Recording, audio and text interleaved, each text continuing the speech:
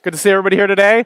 So what I'm going to talk about is a little more of how we build products. It's a little less about the industry. It's more about how we at Avanode actually function and build products. And one of the main things we look at when we're building products at Avanode is data. Data is really important to us, but it's also important that the truth is in the data and all data lies. So one of the key things to understand in life and in software is that data is only part of the story. So why do we use data? We use data to basically delight you, the customer. We use data to inform decisions within our company and improve our products. And we use data to basically try to build a better product that's more useful. Why does data lie? So I'm just going to kind of touch on this in the beginning because data is a really popular subject these days. But data lies because if you don't understand the context of it, if you don't have the user's voice behind it, the data will just tell you a number, and then you can interpret that number however you want. Such as 100% of people I talked to said my presentation is going to be the best. And I talked to my mom, and she definitely gave me that thumbs up. So that's a good example of how data can lie if you don't understand the context. So what data do we look at Avanode? So there's kind of three major buckets we look at.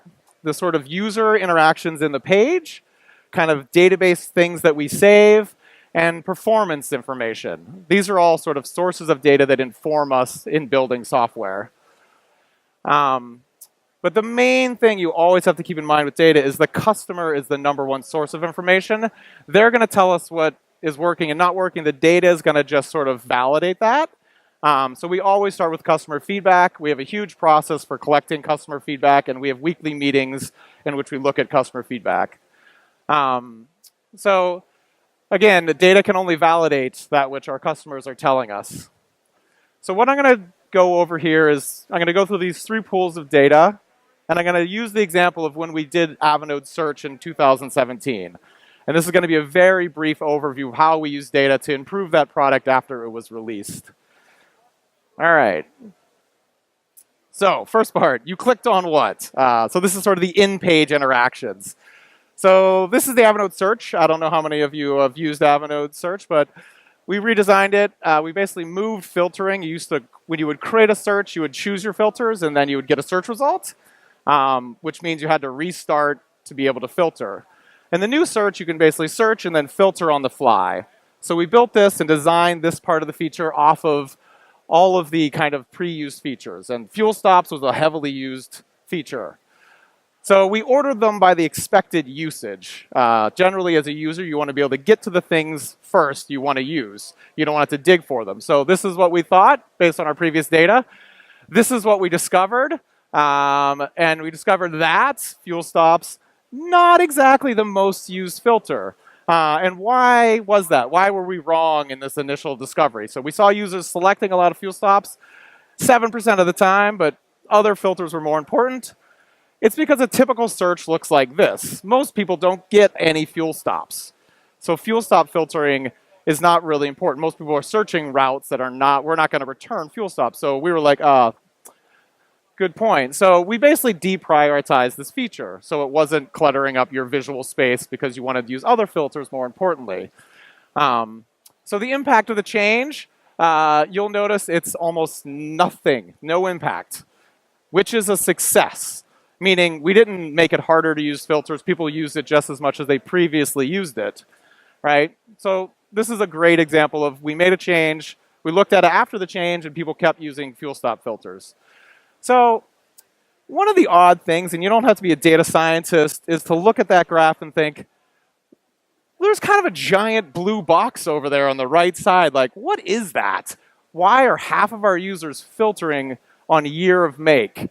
Like, why is this such a common filter? So we use our data to look into this behavior. Like, okay, that's odd. We expected a more distributed use.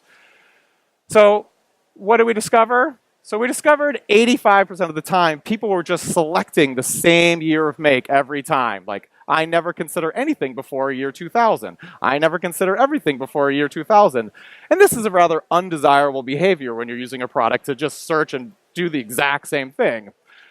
So we added a very small feature where you can now save as default. So we saw this behavior. We thought, okay, let's see.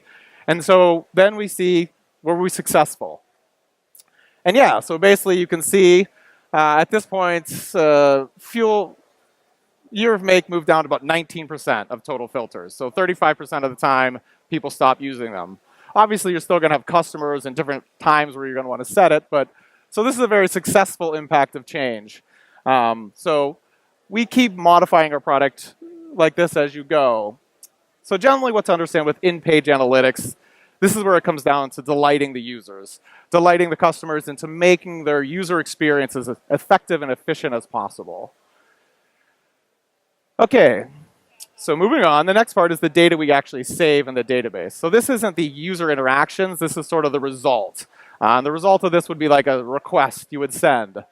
So going back to our fuel stops from 2017, you'll notice there's this plus sign on the fuel stop there, meaning is it no fuel stops, is it 1 fuel stops, or is it 2 or greater fuel stops?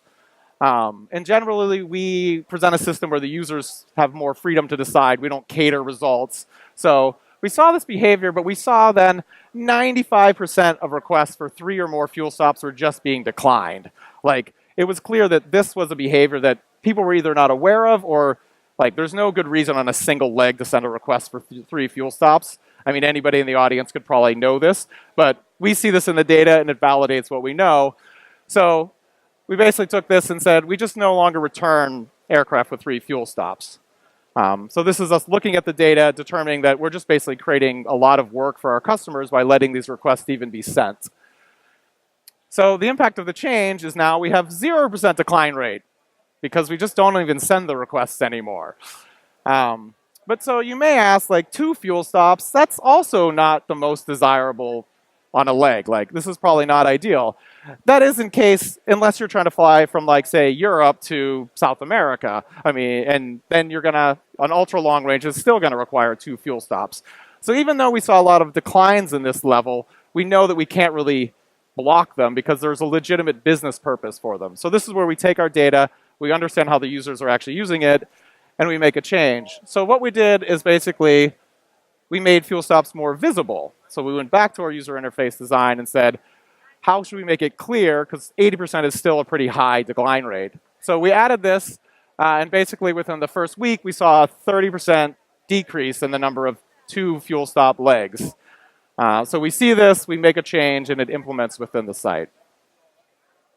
So in general, we look at the sort of like data level decisions to look at bigger problems that are not just usability issues. We look at this data to determine how do we move the product forward to make results more accurate, to reduce like basically declines. So the last part, and this is a more nerdy part, this is how we make it fast. And so generally speaking, we look at the new search is returns 3 times as many results, and it feels 100% faster. But it's actually only 62% faster. But you know how we got there is through using our data to make it appear faster. So this is a lovely graph. This is a product called New Relic, which looks at all of our processes that run to return a search. So if you think of a search like a layers of processes, think of it like a BLT. Like, you know, you got your bacon, lettuce, and tomato. Like, if you want to make a BLT faster, what do? Like, you don't make 2 pieces of bacon, you don't cook them and then put them on the sandwich. You like cook 100 pieces of bacon. You pre-cut the tomatoes. You buy pre-sliced bread. So we take every process here and think, okay, if we buy pre-sliced bread, we can reduce the speed here. So we look at all these processes attempting to make them faster. But eventually you can only make a BLT so fast. And at that point, you have to like move beyond just the data layer. You have to move into the UI to make it feel faster. So one of the things that we did is we went into the data and looked, we can only process these results so fast, and it's going to take 6 seconds. 6 seconds was too long for us. We wanted 2 seconds. So how do we try to achieve that? You'll notice 2 things on here. You are seeing results, and you can engage with the page, but we have not actually loaded all of the results yet. We have not loaded all the empty legs yet. You can now engage with the first part of the page while we're still loading data down the page. So it feels like 2 seconds, but it's actually still taking 6 seconds.